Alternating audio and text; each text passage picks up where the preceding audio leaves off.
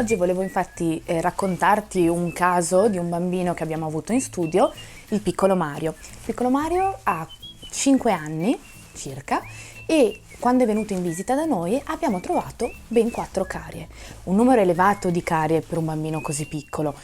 Quindi ovviamente siamo andati a risolvere il problema immediato, quindi abbiamo curato queste carie. Però la cosa importante dopo aver curato le carie è capire, individuare il motivo per cui in un bambino così piccolo abbiamo trovato questa situazione orale. Come lo andiamo a fare?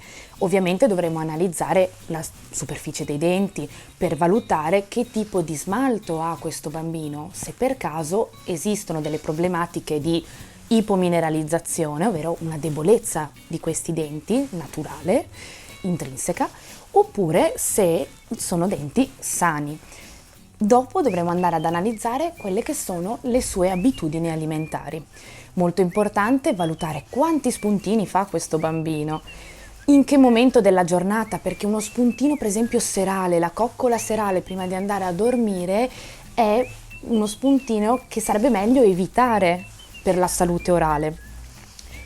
O comunque che tipo di alimenti lui utilizza, delle merendine, zuccherate, non zuccherate, e di una consistenza appiccicosa, perché sono tutte cose che influiscono molto su quella che può essere la conseguenza orale, nella salute orale. E anche che cosa beve. Berrà dell'acqua, delle bibite gasate, zuccherate? Non bisogna proprio sottovalutare questo aspetto. Ovviamente l'altra cosa che andremo ad analizzare è la sua igiene.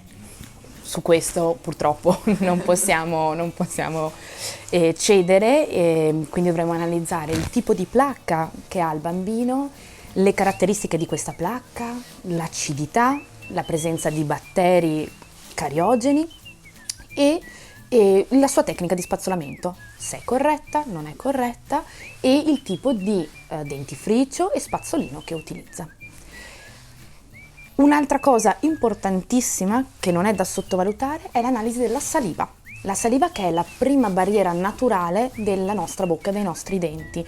E come la andiamo ad analizzare?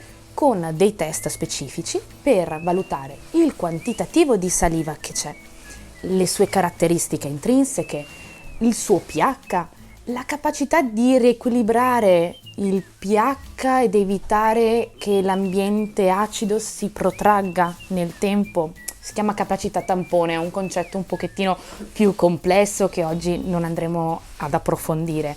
E poi valuteremo il tipo di batteri presenti e la quantità.